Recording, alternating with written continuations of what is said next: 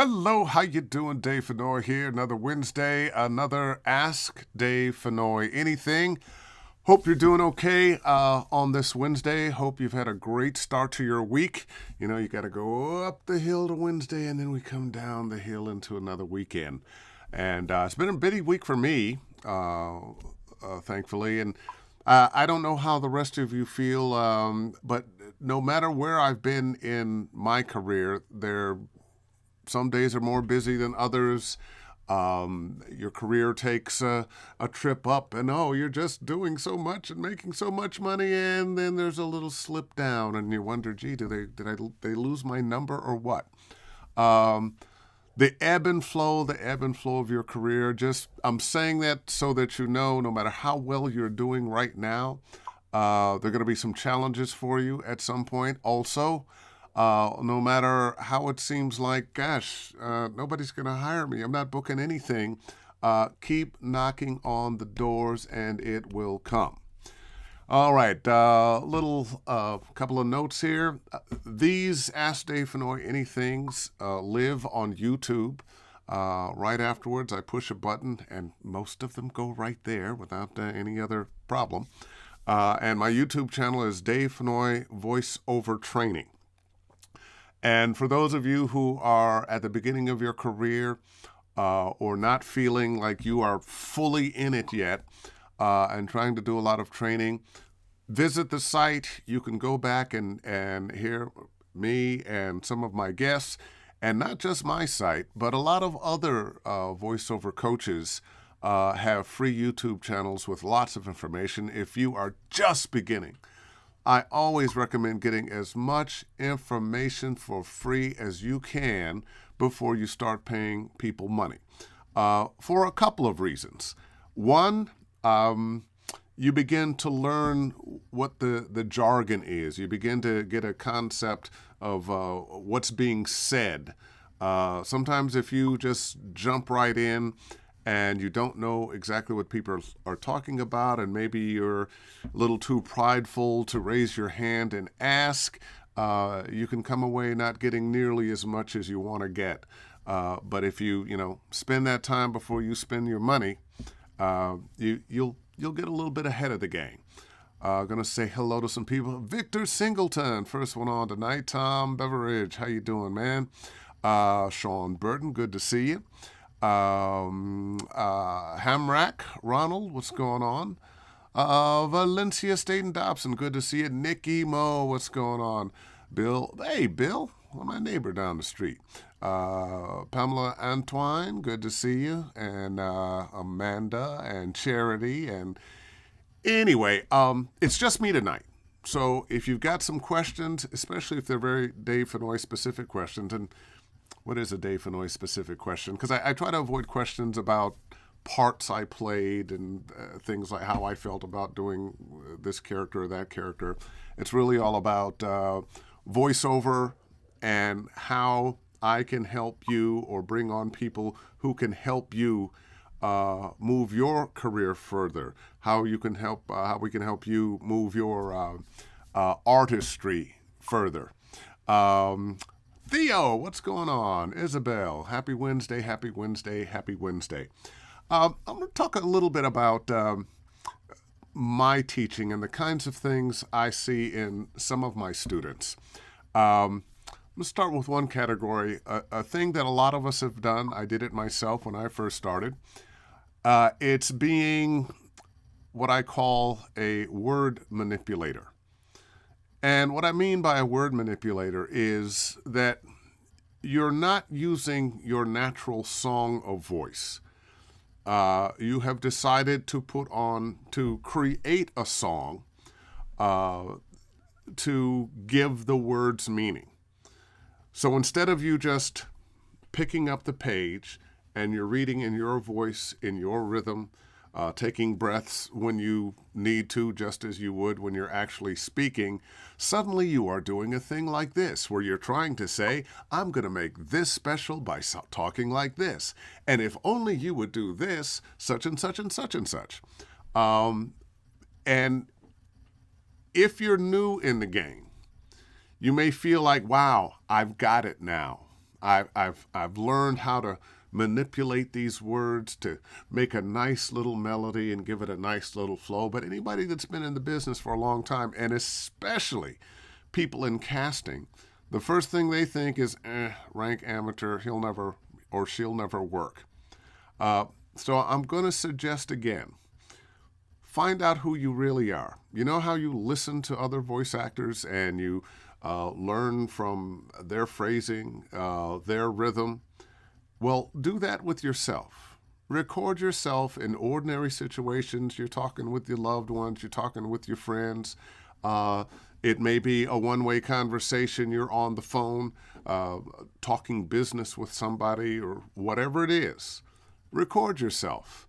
Listen back to what you sound like, what the actual song of your voice is when you're actually speaking, and bring that to the table.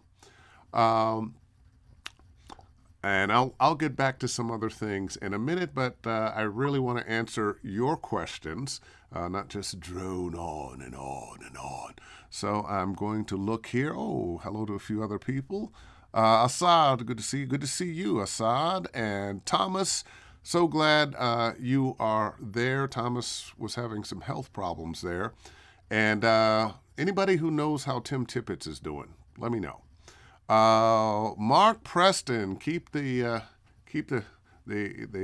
reminders coming, man. Renee Tamer, who would you recommend for audiobooks instructor? Scott Brick. I would look at Scott Brick first, but there are a number of other audiobook readers. I would talk with Mark Cashman. Mark Cashman does quite a few audiobooks. So Mark Cashman, Scott Brick. Those are two very good people. And I know I'm leaving somebody out that's probably going to give me a call after this. How come you didn't mention me? Well, it's because they're rattling around in my brain there. Your name didn't come up. Linda Baker, I call it sing-songy. As a matter of fact, that's what you will find most coaches talking about when they say, oh, you're kind of sing-songy. Which means instead of talking to you like this, oh, they're kind of talking to you like this. This would be kind of sing-songy. Let's see. Victor Singleton, I have a hard time doing this with my reads at times. Well, I'm going to tell you, the first thing, you actually have to know what you're saying, and you have to know how you feel about it, and you need to know who you're talking to and what your relationship with that person is. When I say that, we always talk about, we talk to one person. Sometimes yes, sometimes no. Sometimes you're actually, the spot is supposedly talking to a group of people. But what's your relationship with those people? And relationships are important because that's how we talk to people. How you talk to the person you love is different than how you talk to your boss, is different than how you talk to your mom or your dad or a child or someone you just met. Assad, are USB microphones a deal breaker? I've lost some auditions with some giving me a feedback like your audition is good, but you're not using an XLR microphone, therefore I can't work with you. Well, the very good ones shouldn't have that problem anymore. The microphone I'm on right now is a USB microphone. It's a little Apogee. The Hype mic is what this one's called. It's the latest in a line of small microphones that they have out. Now, in my booth right next door, I usually have my 416 and a 103 hung. So those are definitely XLR microphones. But when I'm on the road, and when's the last time any of us were on the road? When I'm on the road, the mic I use is a little Apogee mic like this. It's a USB mic. I can plug it either into my iPad or into my laptop and go. Use Twisted Wave on either one, and I've never had a complaint, and I do lots of jobs on it. So the quality of your USB mic, just like there are better XLR mics than others, there are better USB mics than others. what I would suggest, if you're really serious about this as a career, get that XLR microphone. And that brings me to another subject, microphones. I hear people stressing, this microphone, is this the right mic for me? Oh, I don't know. There are a lot of really good microphones, but I promise you, if you just go with industry standard, you'll be okay. I'm not knocking anybody else's microphone. The Manley is a great mic for, $2,700. The Townsend is a great mic for modeling. You can have, a dozen different mics in this one mic. But you don't have to go for that. I promise you, the most important thing about your sound is your talent, is your ability to take the words off the page and touch people here and here. So stop stressing about getting the very best mic. I use 99% of the time my 416, Sennheiser 416. It's a shotgun mic, long, thin. You can buy them every day for $1,000 or under, as opposed to 15, 2,000, 2,500, 3,000, and more. And any problem you have with a mic that's you don't feel like captures that beautiful part of your voice, you can adjust with EQ. I'm not saying don't get a mic that works well with your voice, but don't stress yourself about, how can I find this mic that works for me? I promise you a 416 will be fine, a TLM 103 will be fine, and I'm not saying that just because I'm wearing my Neumann shirt today. All right. Sean Burton, guilty of this one. I'm not sure which that is, but I kind of guess. Renee Tabor, I'm guilty too. Is it on the mend, T? Tim, I hope T is on the mend, yeah. Nikki Mo, I get self-conscious when I'm in class, but when I record myself, I have a totally different read. How can I bring that to my class? Well, that's a very good question, because if you're that nervous taking voice classes or private lessons, then how are you going to feel when you're working in front of a client that not only is listening to your read with a critical ear, but also is going to pay you or not pay you based on whether they like that read or not, or rehire you based on that? One, you have to develop the confidence in yourself. And Nikki, this is for you, and this is for everybody else. Each one of you has something special in your voice. Nobody else is you. So often we take ourselves for granted because we're used to ourselves. We hear ourselves, we see ourselves every day. You look in the mirror and you go, I'm just kind of average, and somebody else, my God, you're gorgeous or you're handsome. That's that perspective. But I promise you, if you will just be your genuine self, the questions you want to ask yourself when you pick up that copy is, what are you saying? What do these words say? What's the message here? What's the story here? And in your voice, in your rhythm, with your thoughts and feelings, tell me the story. Stop worrying about reading it perfectly and making all the words do their little dance. I've started saying we have to translate the written word into the spoken word, because we don't speak like a writer. All the words are on that line, and we put the commas where they're supposed to go, and then we go down to the next line. And, the spacing on the words is, that spacing's going to be the same between each word. Guess what? That's not how we speak. The spacing in how we speak is very different. As a matter of fact, for some Some things there's no spacing at all. We tend to speak in phrases as opposed to words.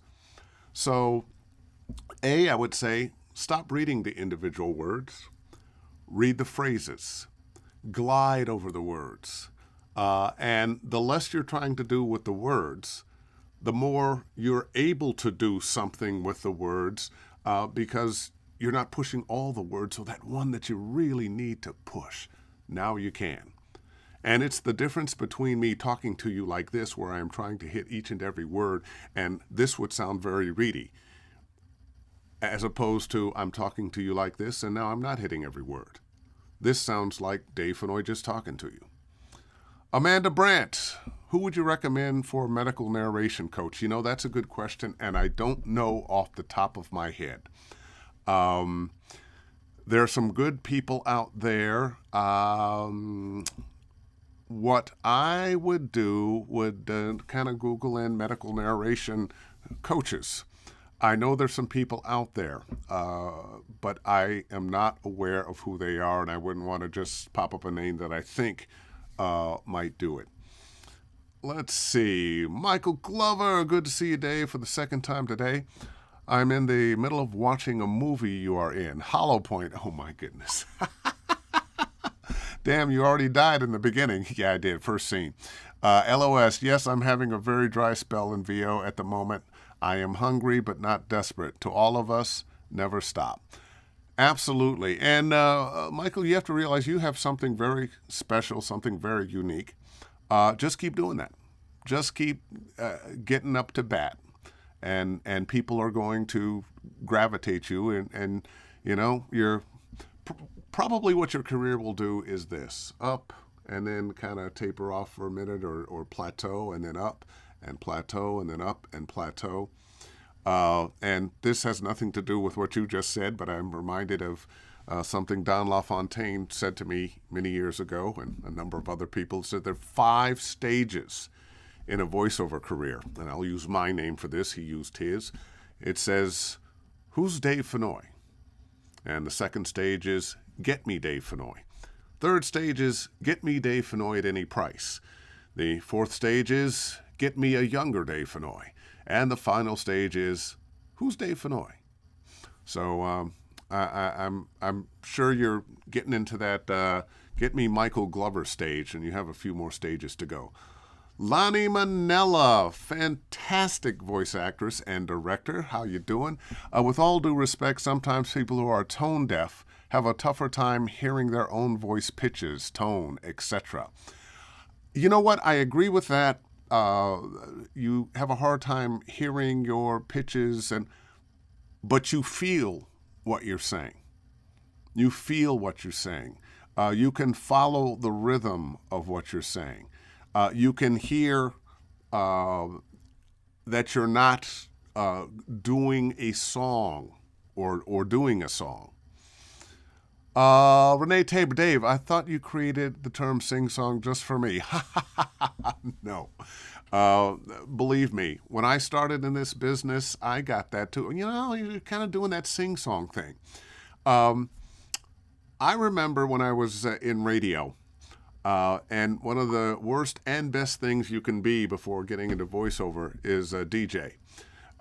It's great because you read a lot of copy. And you're sight reading a lot of stuff. So you get very used to, just words thrown at you and away you go. But it's not so good because so much of that copy, you don't worry about developing a connection with what you're saying. You have learned how to use your voice to make it pretty, or insert whatever the feeling is here. But instead of just being you, now you're being this guy. And if you like to get it at such and such a price, you need to come in now because we've got it so and such and such. And you learn to give phony excitement to your words or phony connection to your words. But ultimately, it is phony. And ultimately, the marketplace has rejected that for the most part. There's still hard sell commercials out there. I still do some. But that's not where the big money is. That's not where the longevity of a career is.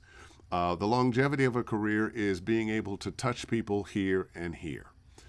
Do you use the eyeball on the road? Yes. Michael Glover, let me pull them up here. Do you use the eyeball on the road? Michael Glover is talking about the Chaotica eyeball, which is a big foam ball that you stick a microphone in, and it's called the eyeball because it's got a big round hole in it, and your microphone's just on the other side, and you talk into it. And what it does, it saves you from building pillow forts in your hotel room.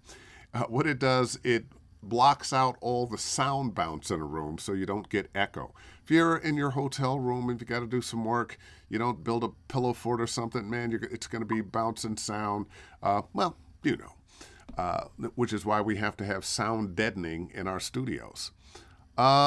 Stephen Cago, happy to join. Happy to have you.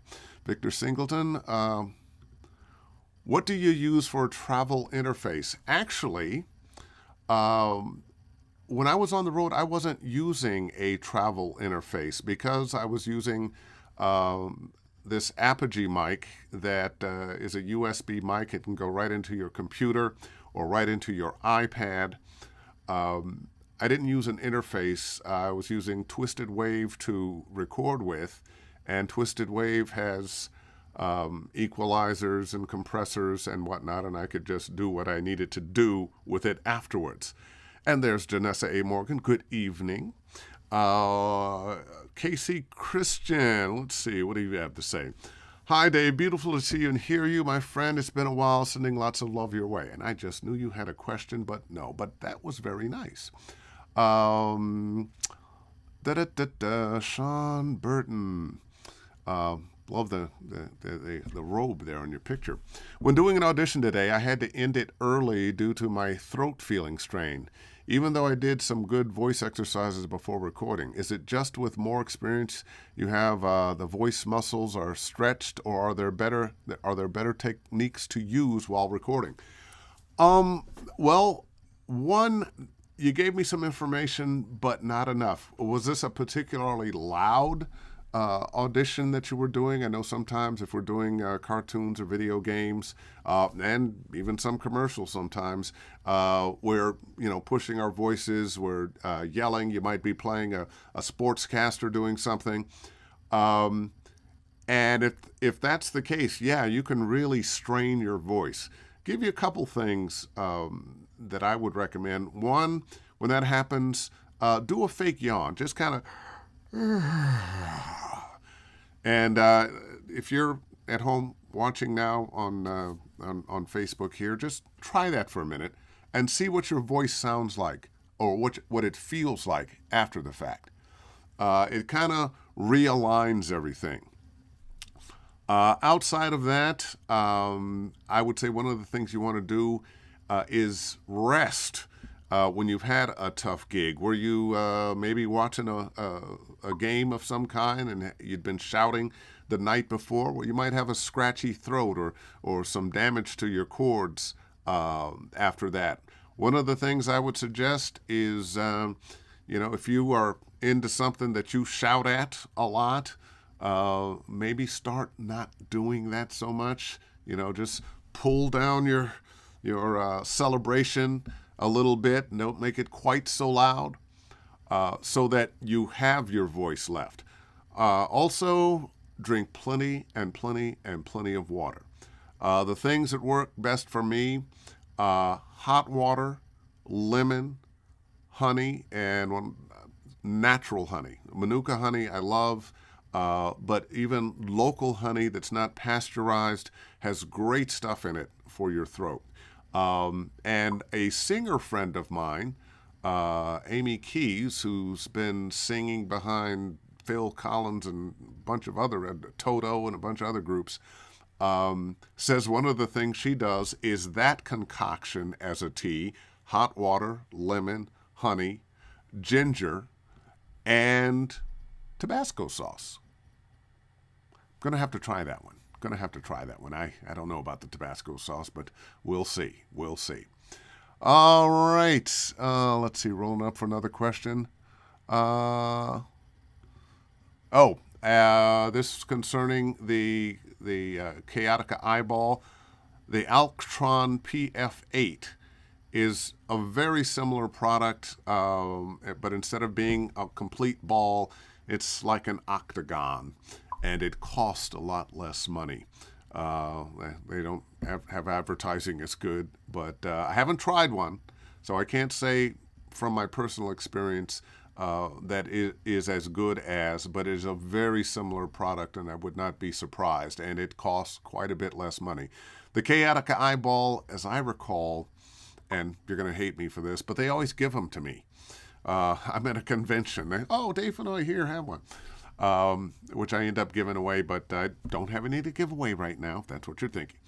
But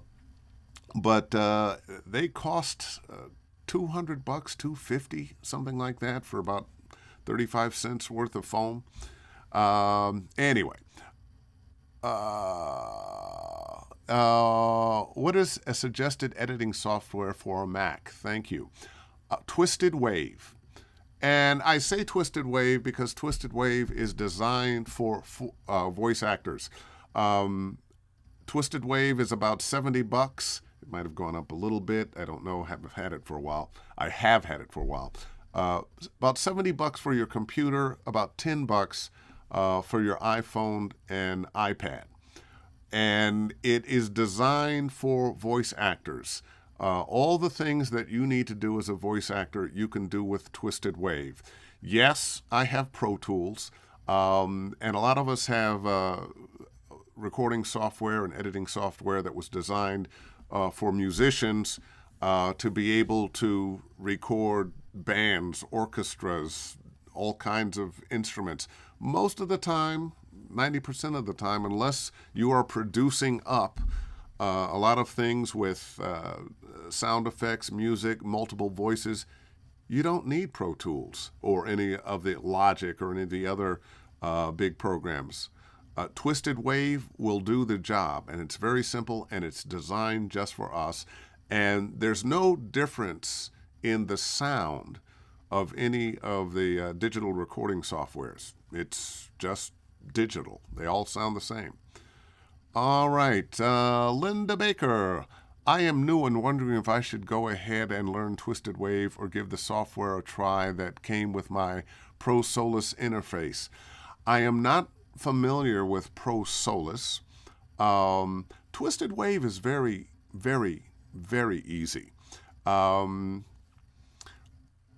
recommend Twisted Wave. It's made for us. My thought is, as a guess, is that the Pro Solus interface software is probably designed to do more than what we need it to do. I'm not going to say you shouldn't learn it, but I know the Twisted Wave will work for you. And let's see. How can you work singing into voiceover as a niche? That's a very good question. I used to have a much better singing voice. I think video games has kind of damaged it a bit. But I have sung on some commercials, and where I see singing showing up mostly now is in cartoons. I think to the Animaniacs and how many songs that they had, and so many of the Warner Brother cartoons and Disney cartoons, that singing is a part of what you're doing. So one of the things you might want to do is develop that animation muscle along with that singing, and look to add singing maybe on an animation demo. You wouldn't want to take up much of it, but just let them know that you can do it. Okay, Linda Baker. Twisted it is then. Okay, by the way, still looking for questions. I'm getting close to the end of these questions, and this is all about you tonight. This is whatever you want to ask. So ask. You can ask for a friend. Pamela E. Ice. I think the worst start as a news reporter in class, all I get is you read beautifully, a few mistakes, but never anything about my voice quality. Other classmates' voices are silky smooth and all sorts of warm, wonderful adjectives. How can I get a good read on my voice quality? Well, I'm just going to say I don't think the quality of your voice matters. Um, you hear every kind of voice in the broadcast world. You hear quirky voices. You hear deep, beautiful voices. You hear high voices. You hear very flat voices. You hear nasal voices.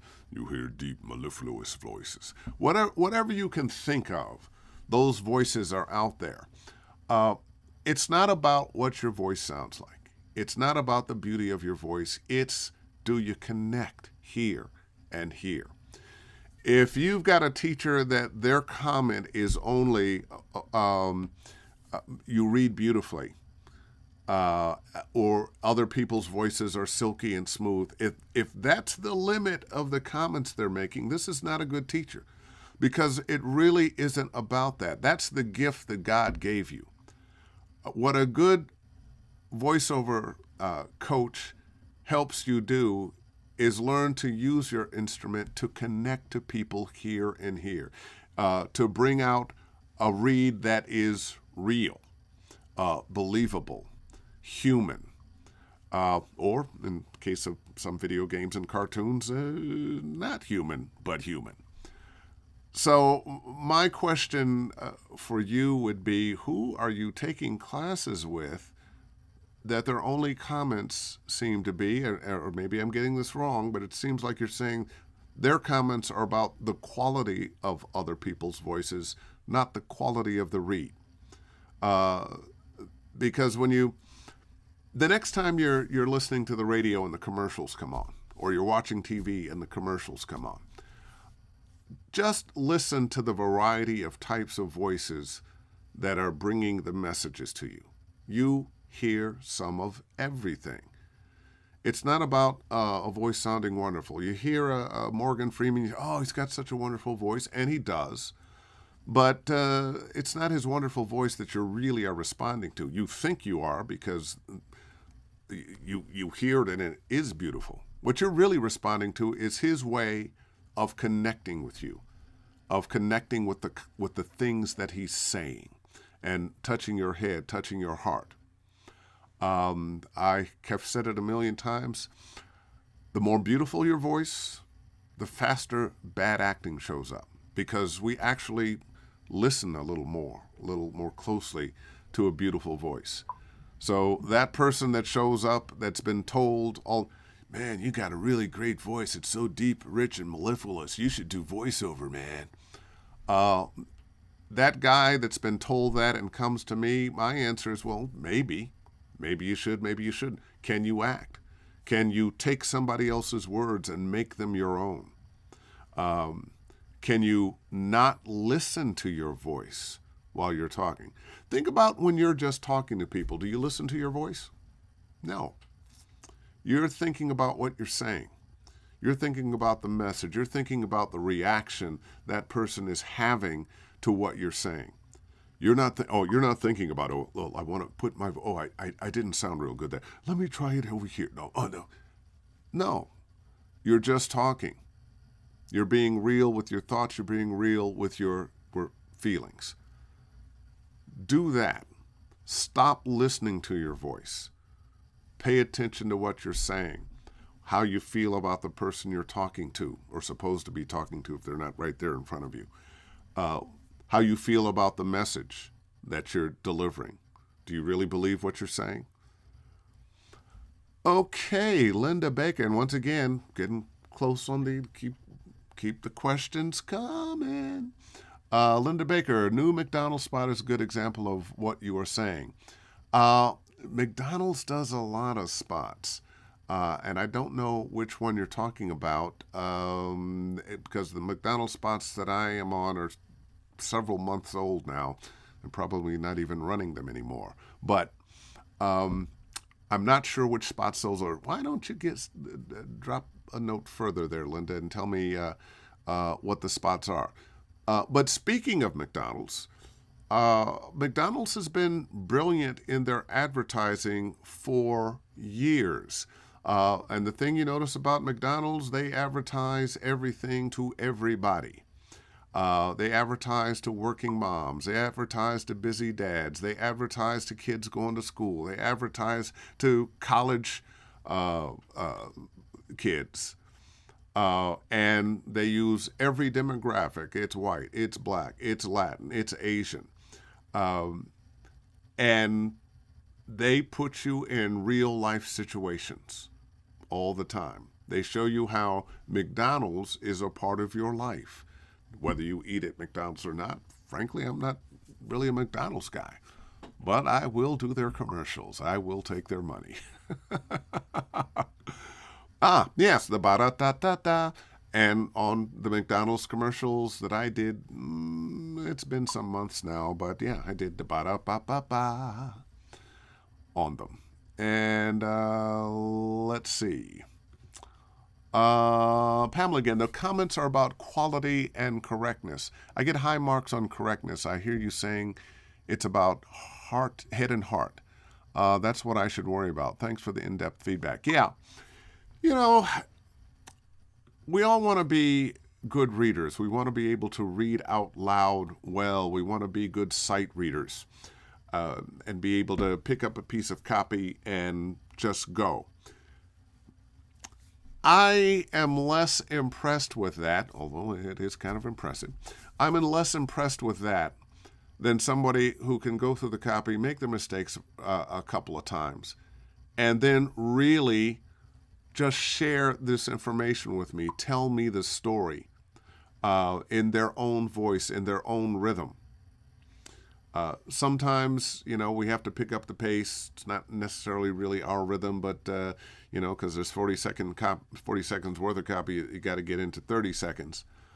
But I want to believe you're a real person, not somebody who's just being paid to tell you this message.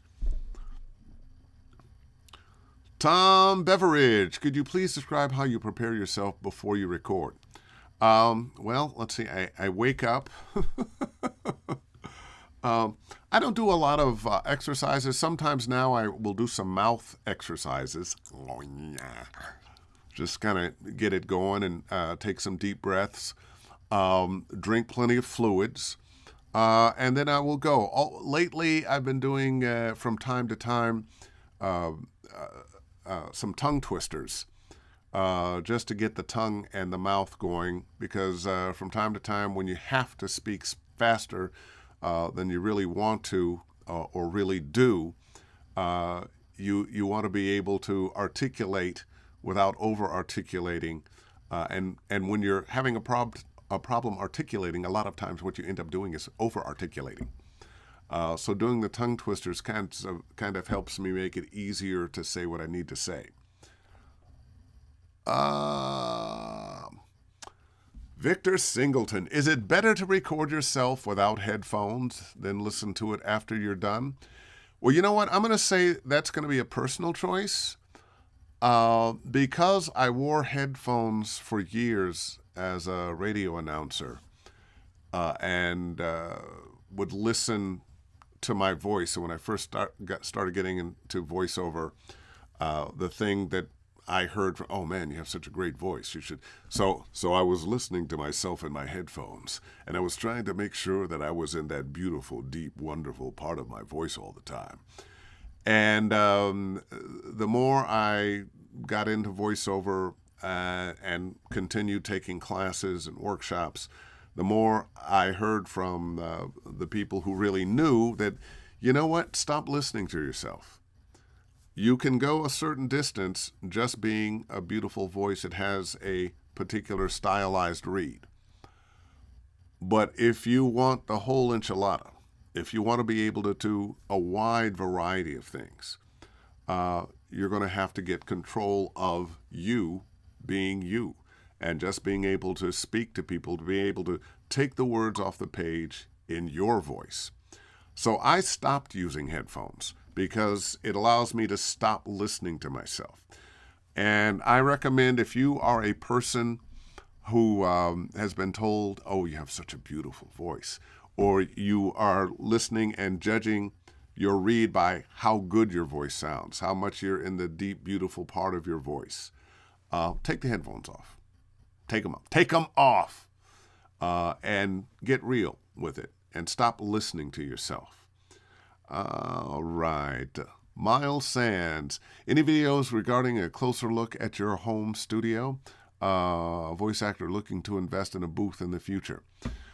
Well, I can tell you what I've got, and no, I don't have any videos of that. I'll have to do that. You know, I'm one of those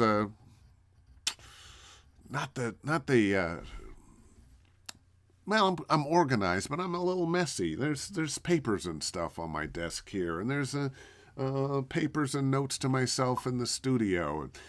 So everything's not pristine. Sometimes I don't want to show people that part of me, but I just told you, didn't I? Oh, well. But I'll tell you about my booth. I have a 5x7 whisper room. I bought it used. At the time, had I bought it new, it would have been $9,000 or so. With shipping, it would have been a little over $10,000. But I found a guy in Chicago that was selling one for $3,000, and it cost me $1,400 to ship. And then, of course, I just put it together here in my basement studio. And so I got the thing for half price, $4,500. And what do you do with a booth? I mean, it's not like a car. Nobody's banging into it. It doesn't need an oil change. Of course, neither does my Tesla. But anyway, I do. Let me get back to what we're talking about. But so I would suggest, if you can find a used booth, and you can, I see them being sold all the time on Craigslist, on Facebook. Just do a little search. And the bigger the better, up to a certain point. If it's a 3.5 by 3.5, that's kind of small. You don't have much room to move. 4x4 is about as small as I would go, and even then you're a little cramped. And I would suggest, if you're in a small booth, do not get a U87. They do not like small rooms. Save yourself about $1,000, and well, you can go with a 416, which I use most of the time, or the TLM 103 at Neumann, which has the same capsule as the U87, but it's very forgiving. It doesn't mind a small room. So my booth, once again, 5x7. I have rock wool covered in burlap as sound dampeners over most of the room, and there is some sound foam. And I have a little some shelves behind me that's got stuff on it. And one of the ways that you keep sound from bouncing is you have things that aren't flat. So if I have some boxes and some paraphernalia and some books and some things, it breaks up the sound, being able to just hit the back wall and bounce this way.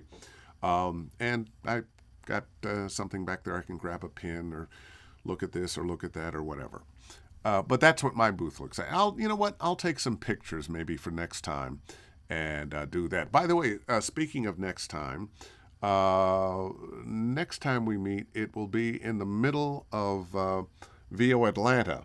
And I'm planning to be on, and if I can, I might have some other people join me for little short segments. But next time, VO Atlanta will be going on. That is next week. Let me pull up my calendar. You can't see it, but I can. That is the 19th through the 25th. So all of next week. And if you go to their website and check it out, I'll be on a couple of panels, on a video game panel, on finding your signature voice panel. I'll be doing an X session on video games and a couple other things. Okay, Grant Barrington. Wow, that's a great name. I should use that name in some... Yes, I am Grant Barrington. How can I help you? Hey, Dave. I'm an established promo man. Oz TV and radio. My Oz agent closed down about 12 months ago. I've tried to get representation with other agencies, but they've turned me away, frankly saying I'd pull from their other stable talent if they took me on. Any suggestions as to what to do? Go international, perhaps? Wow. Definitely go international, but, stay local as well. I'm surprised that no one has taken you on. If you're a working promo guy, um, I'm surprised that no one's taken you on. How many doors have you knocked on, and where? I would be interested to find that out. You might want to private message me, and I'll give you some suggestions. And I don't mean this as a comment on you, Grant.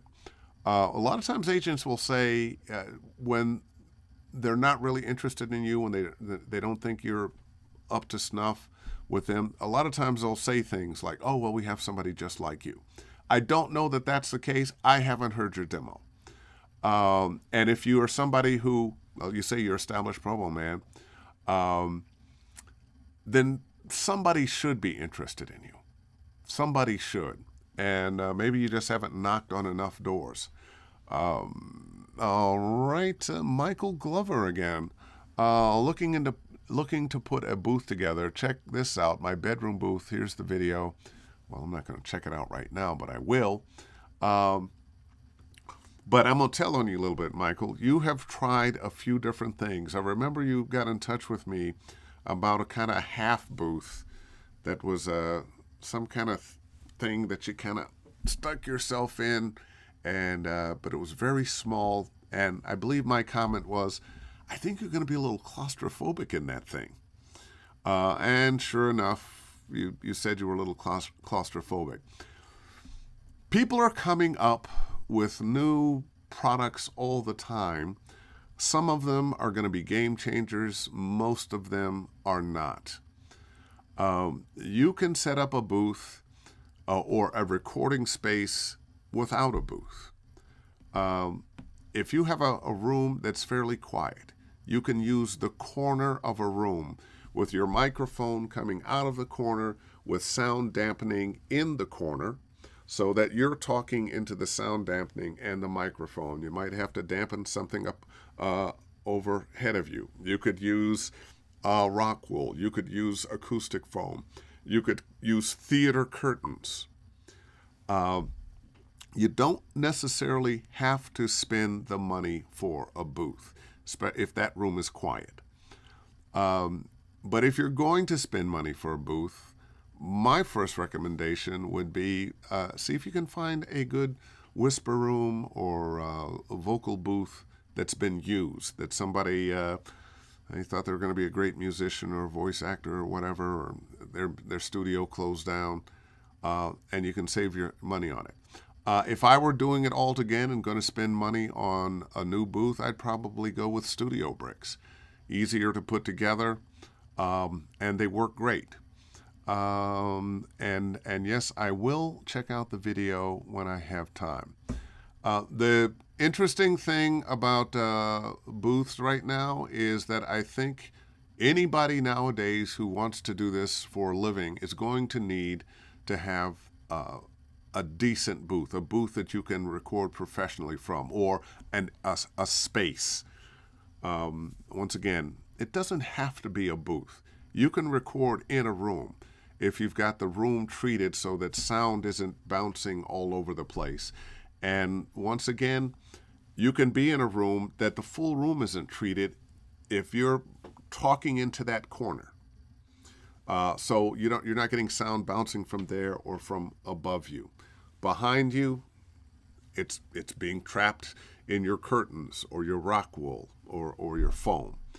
And that's a good way to get away for less money. Also, vocal booth to go for about $300, $300 or $400, you can put together the blanket booth, and those work well. When I had Joe Cipriano on, one of the things he said was, "Well, I've got my $10,000 studio bricks, and I've got my $400 studios to go, and they sound the same.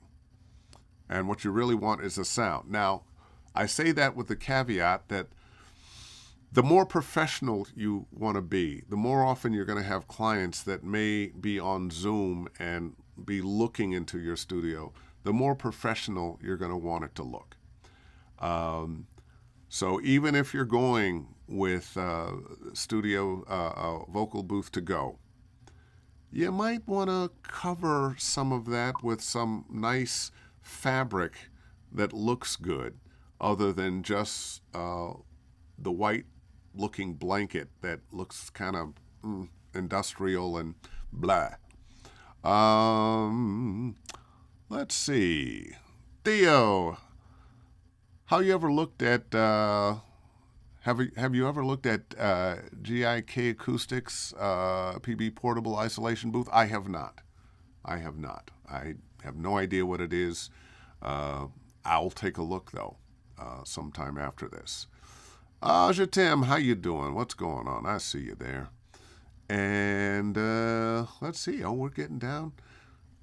Anybody else got any other really good questions? Come on. Well, while I'm waiting on that, here we go. Miles Sands, thank you for answering my question. Looking forward to conversing with you in the future. Absolutely, Miles, absolutely. And once again, next week, VO Atlanta is on. I know they still have room because it's virtual. VO Atlanta, I have always found it to be one of the best voiceover conventions out there.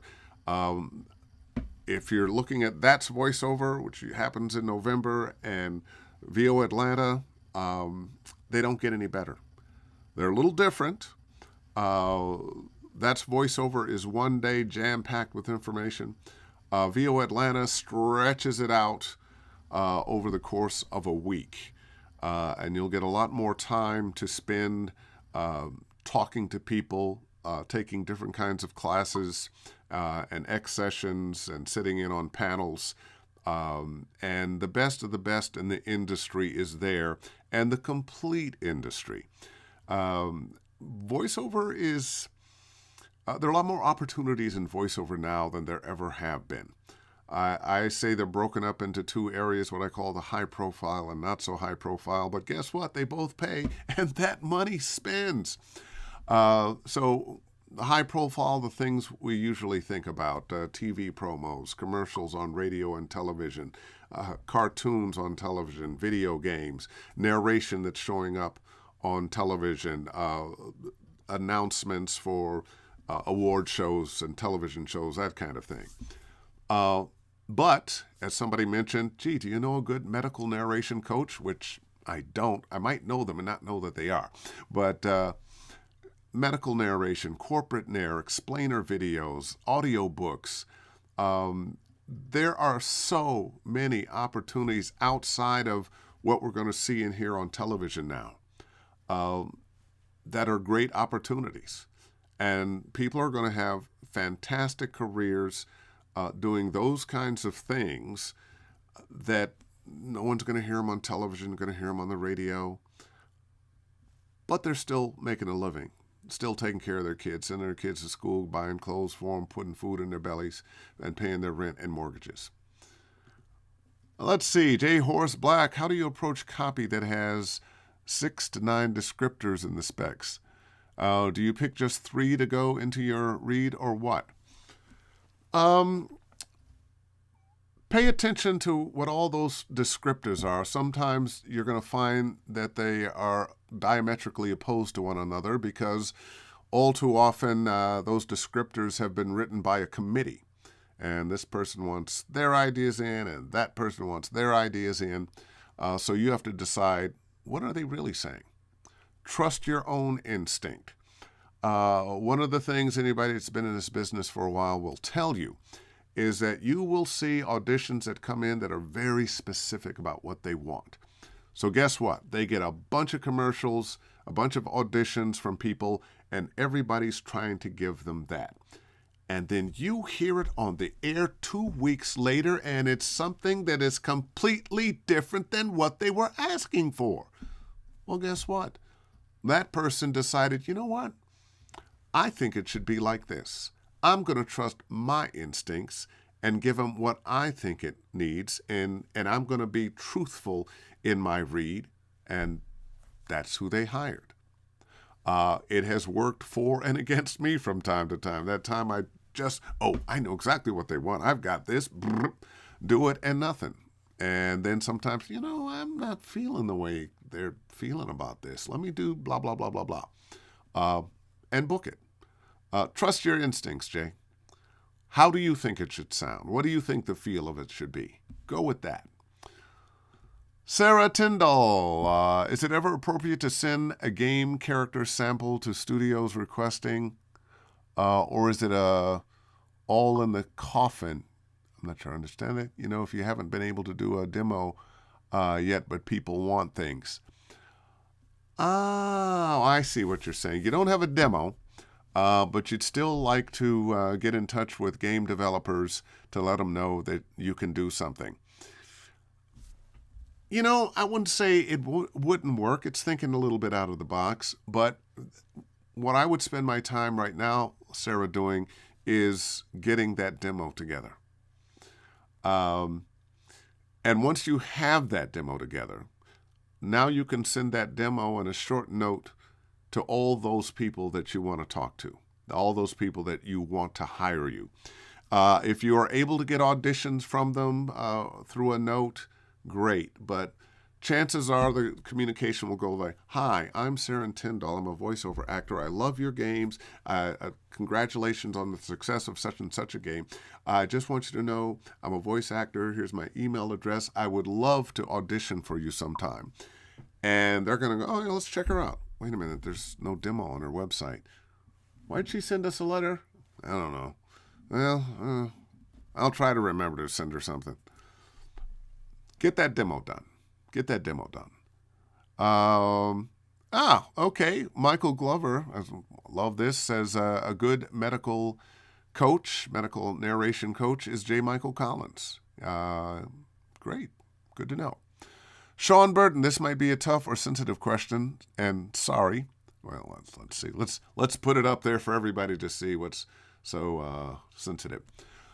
Tough or sensitive question, and sorry if so, but as a mixed race, half black, half Hispanic male, with the world catching up to the industry and some voice actors being recast, do you believe all actors will only play characters in their own ethnicity from now on? An example, should I only try out for roles only for both my cultures? Thank you, Dave. Wow. Let me put it this way. The reason that we are having ethnically sensitive auditions now is because we haven't had ethnically sensitive auditions before. There are a number of cartoons, video games that have black characters that no black characters are playing. This is show business. We are artists, yes, but we are also entrepreneurs. And if you, as a Latin man or woman, a black man or woman, Asian man or woman, gay man or woman, transgender, insert group here. If you have been locked out of the workplace simply because they don't know you, haven't been looking for you, aren't comfortable with you, aren't writing parts for you, or they're writing parts for you, but they're giving them to somebody else that is not you and doesn't have your experience. It's not right. It's not fair. We have a big table with a lot of different kinds of people sitting at it who want to contribute to the artistry here. So, no, I don't think you're going to have to audition only for roles of one or the other, your black or Hispanic parts. You're also a middle-class, college-educated American. And the American voice is many different things now. It is black, it is white, it is Asian, it is Latin, it is gay, it is Arab. It is all these things. So The doors are opening, but sometimes we have to make sure that everybody is getting an opportunity, and that's what it's all about. Everybody getting an opportunity. I hope that answers the question for you. And good question to end on, because it's 7 o'clock right on the dot. And thank you so much for joining me for Ask Dave Fennoy Anything. I can't tell you how much I enjoy just having these chats with you and bringing on guests, and hopefully giving you some information that will help you move your career forward. Once again, these live at Dave Fennoy Voiceover Training on YouTube. If you are interested in coaching sessions with me, happy to have you. You can go to davefennoy.com. You click on the Study VO tab at the top, and you can book yourself for private lessons and put yourself on the mailing list. And not only will you get a weekly reminder of this, but you'll get reminders of when I'm going to be teaching workshops, either just through myself or other groups in different parts of the country. Used to be traveling to different parts. Now it's all on Zoom. But hey, you can do it from anywhere. So, all the best. Next week, we'll be doing this from VO Atlanta, and yet still right here in my basement. How does that happen? In the meantime, book something, and I'll see you then. All the best.